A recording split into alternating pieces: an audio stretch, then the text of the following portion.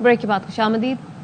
Pakistan stock market میں تاریخی اضافہ ہوا۔ ایک دن میں مارکیٹ میں تاریخ کا سب سے زیادہ 10,000 پوائنٹس اضافہ ہوا۔ کیا تفصیلات ہیں یہ جانتے ہیں انجم وہاب سے۔ اپڈیٹ کیجیے انجم۔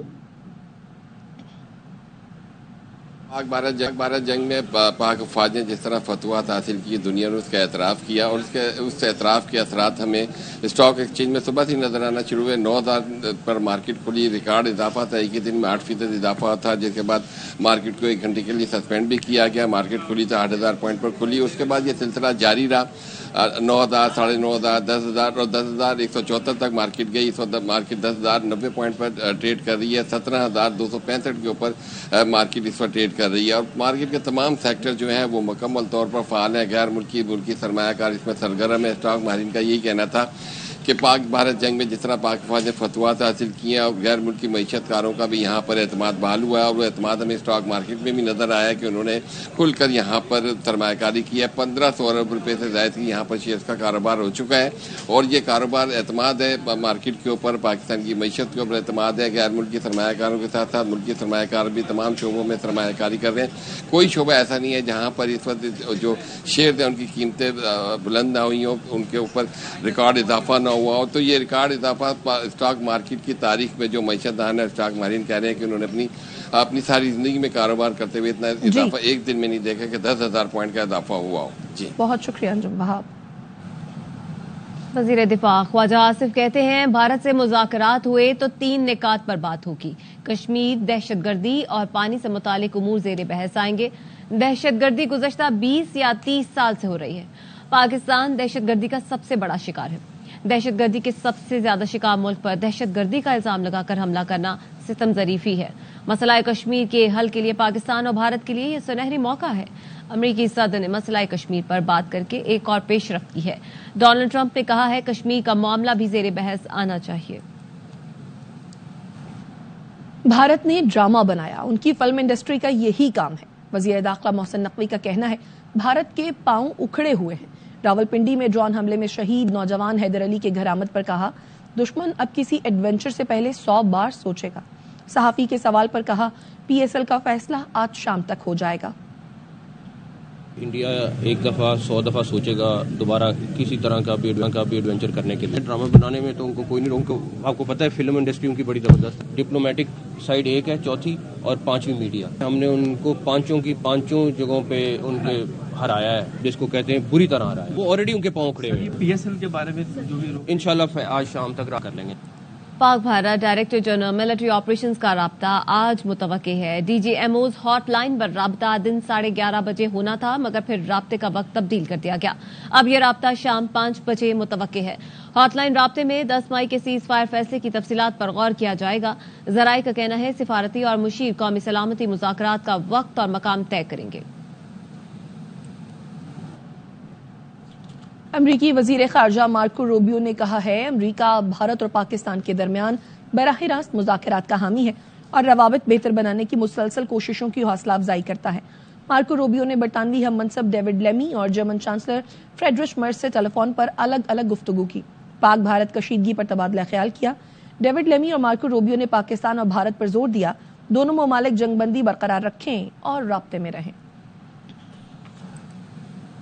نائب وزیر اعظم اسحاق ڈار سے سعودی سفیر نواف بن سعید المالکی نے ملاقات کی۔ ترجمان دفتر خارجہ کا کہنا ہے ملاقات میں دونوں رہنماؤں نے برادرانہ تعلقات مزید مضبوط بنانے کے عزم کا اعادہ کیا۔ پاکستان اور سعودی عرب کے درمیان تعلقات ہر سطح پر مستحکم ہیں۔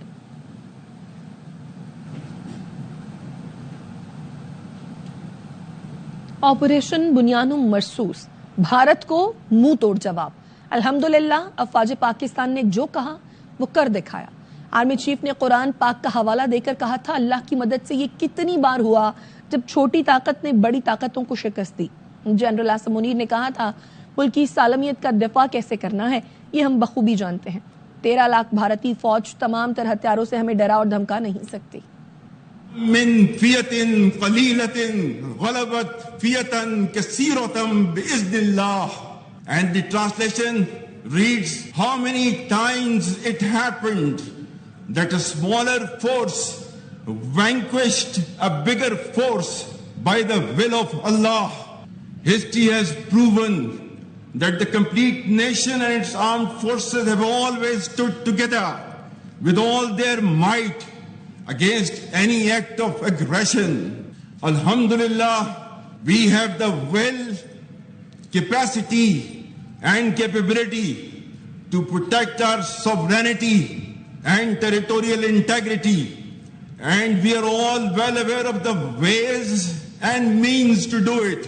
If this great Pakistani nation and the Pakistani armed forces, if 1.3 million Indian army with all their wherewithal, if they cannot intimidate us and they cannot coerce us, these terrorists can subdue the armed forces of Pakistan. Our forefathers, they have sacrificed immensely, and we have sacrificed a lot for the creation of this country, and we know how to defend it. ہم صرف یہ کہنا چاہتے ہیں کہ نہ ہم تمہاری طاقت، نہ تمہاری مکاری اور تمہاری جارحیت سے مروب ہونے والی قوم ہے. Now you just wait for our response. D G I S P R lieutenant general Ahmed Sharif Chaudhry کہتے ہیں پاکستان کا بھارت کو جواب تاریخی اور بروقت تھا. 26 بھارتی فوجی اہداف کو نشانہ بنایا جہاں سے پاکستان پر حملے ہوئے. فضا، سمندر اور سائبر سپیس میں مکمل ہم آہنگی سے اہم اہداف کو تباہ کیا گیا. پاکستان فوج کے F1 اور F2 دور مار کرنے والے میزائل، پاک فضائیہ کے جدید پریسائز منیشن، طویل فاصلے تک مار کرنے والے لوئٹرنگ ایمونیشن اور جدید پریسائز آرٹلری کے ذریعے بھارت کے 26 اہم فوجی اہداف کو نشانہ بنایا. نشانہ بنانے والے فضائی اور ہوائی اڈوں میں ایئر فورس اور ایویشن بیسز سورت گڑھ، سرسا، بھوج، نالیا، آدم پور، بٹنڈا، برنالہ، الواڑہ، اونتی پورہ، سری نگر، جموں، ادھم پور، مامون، امبالہ اور پٹھان کوٹ شامل تھے. بیاس اور نگروٹا میں موجود براموس میزائل کے ذخائر جو پاکستانی شہریوں پر حملوں میں استعمال ہوئے ان کو تباہ کیا گیا. S-400 ایئر ڈیفنس سسٹم کو پاک فضائیہ نے بھوج اور آدم پور میں نشانہ بنایا. سیز فائر کے لیے پاکستان نے نہیں بھارت نے کہا. D G I S P R lieutenant general Ahmed Sharif Chaudhry نے صاف صاف بتا دیا. کہا جنگ بندی کی خواہش بھارت کی تھی. 10 مئی کو بین الاقوامی ثالثوں کی مداخلت سے بھارت کی پہلے سے کی گئی سیز فائر کی درخواست پاکستان نے قبول کی. Let me say it very clearly and put it on record. Pakistan never requested. Fact of the matter is that on the night of 6th and 7th May, once those ghastly and cowardly attacks were made, the Indians requested after those attacks. And Pakistan gave a very clear response that we will communicate back only after we have given the response that this and retribution that this act deserves. So on 10th of May, after that response and retribution, that just retribution, targeting not the civilians, but those military establishments, those units, those places from where the attack on the civilians, the innocent civilians, the children was made, once they were neutralized and taken out. And on the request and intervention of the international interlocutors, we responded to the already made request of the Indians.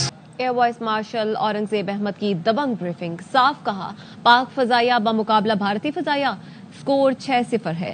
Air vice martial کا کہنا تھا پاک فضائیہ کی جوابی کارروائی سے قومی سلامتی کو دعا ملا.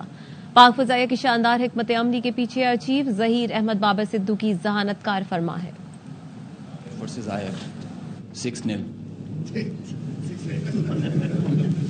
The PS response has strengthened Pakistan's national security. I have no doubt, and I can say with assurances, that the real genius and the mastermind was the Chief of the Air Staff, Air Chief Marshal Zaheer Ahmed Babar Sidhu. He asked us to do 3 things in our response: re-establish deterrence, neutralize key threats, retain control of air. Lieutenant general Ahmed Sharif Chaudhry نے بتایا کوئی بھارتی pilot Pakistan کی تحویل میں نہیں. Social media پر بھارتی pilot کی گرفتاری کی خبریں گردش کر رہی تھی جس کی اب ترجمان پاک فوج نے تردید کر دی ہے. Confirm you very clearly, we don't have any pilot in custody.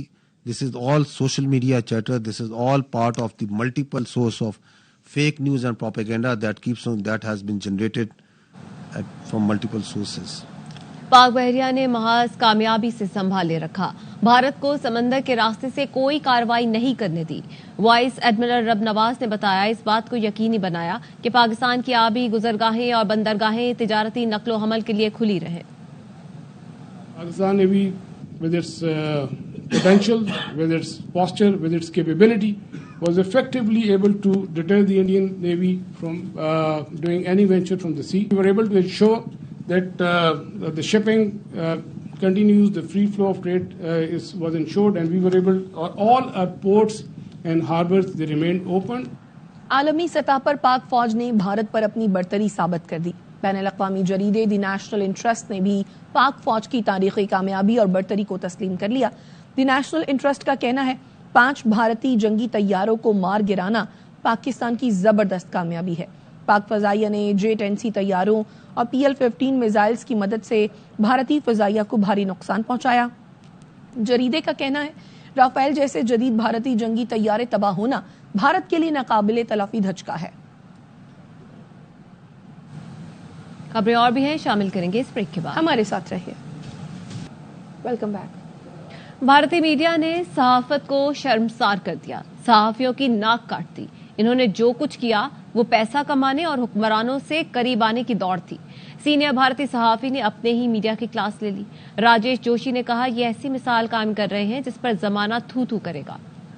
8 اور 9 مئی کو ہندوستانی ٹیلی ویژن میڈیا نے صحافت کو شرمسار کرنے، صحافیوں کی ناک کاٹنے کی مثال قائم کی، جسے دنیا بھر کی یونیورسٹیز میں جرنلزم کے طلباء کو پڑھایا جائے گا، پڑھایا جانا چاہیے. یہ نہ تو حب الوطنی کا جذبہ تھا، نہ انسانی غلطی، نہ ایرر آف ججمنٹ. یہ جنگ اور خونریزی کو کرکٹ میچ کی کامنٹری میں بدل کر پیسہ کمانے کی ہوڑ تھی اور حکمران کے نزدیک آنے کی دوڑ. تمام ٹیلی ویژن چینل اس پاپ جسے کہتے ہیں اس میں شامل تھے. کیسے کیسے کلیم کیے گئے پاکستان کی کیپٹل اسلام آباد پہ ہندوستانی افواج کا قبضہ ہو چکا ہے. جنرل اسیم منیر ان کو گرفتار کر دیا جا چکا ہے. کوئی کہہ رہا ہے کہ وہ پاکستان کے وزیر اعظم خندق میں جو ہے چھپے ہوئے ہیں. ایک صاحب ہیں میجر گورو بھاٹی، وہ تو صاحب ایسا لگتا ہے کہ میسائل خود کندھے پہ لے کر کے جو ہے چڑھ دوڑیں گے. وہ کیا کہتے ہیں کراچی پورٹ پر آگ لگنی چاہیے، برہموس میسائل مارنی چاہیے، پورے کراچی شہر کو آگ لگا دو. جو بڑے بڑے ٹیلی ویژن چینل کے مالکان ہیں، جو بڑے ایڈیٹرز ہیں، ایسی ایک مثال چھوڑ جا رہے ہیں جس پر زمانہ تھو تھو کرے گا. پاکستان مسئلہ کشمیر کو عالمی سطح پر اٹھانے میں کامیاب ہو گیا. مقبوضہ جموں کشمیر کے کٹ پتلی وزیر اعلیٰ عمر عبداللہ نے بھارتی ٹی وی پر اعتراف کر لیا. کہا امریکہ تنازع کشمیر کو حل کرنے میں دلچسپی لے رہا ہے. Place where we didn't expect to be. We are in a place where there has been bloodshed, suffering, turmoil, place where everything has changed, and yet in some ways nothing has changed. Pakistan has again managed to internationalize the question of Jammu and Kashmir. The US seems to be keen to inject itself in the role of a moderator, interlocutor.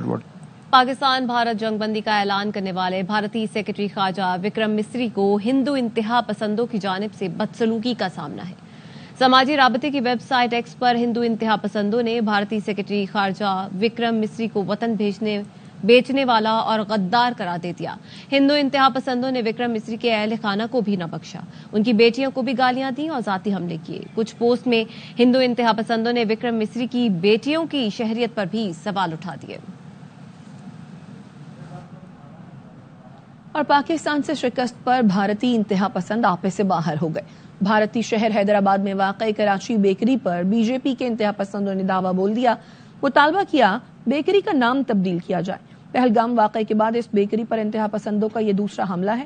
Bakery مالکان کا کہنا ہے یہ نام تقسیم ہند کے وقت ان کے خاندان کی ہجرت سے جڑا ہے، ان کا پاکستان سے کوئی تعلق نہیں. آگے بڑھتے ہیں. بھارتی جارحیت میں شہید ہونے والے بے گناہ شہریوں کی نماز جنازہ قصور میں ادا کر دی گئی. نماز جنازہ میں اسپیکر پنجاب اسمبلی ملک محمد احمد خان، وفاقی وزیر مملکت ملک رشید احمد خان اور دیگر ارکان اسمبلی شریک ہوئے. نماز جنازہ قصور کے علاقے کھٹیاں خاص میں ادا کی گئی. اعلیٰ فوجی افسران اور سینکڑوں شہری بھی موجود تھے. غائبانہ نماز جنازہ کے بعد شہداء کے اہل خانہ سے تعزیت کی گئی. پاکستانی قوم کی یکجہتی، ملک کی سلامتی اور امن کے لیے دعائیں بھی کی گئیں.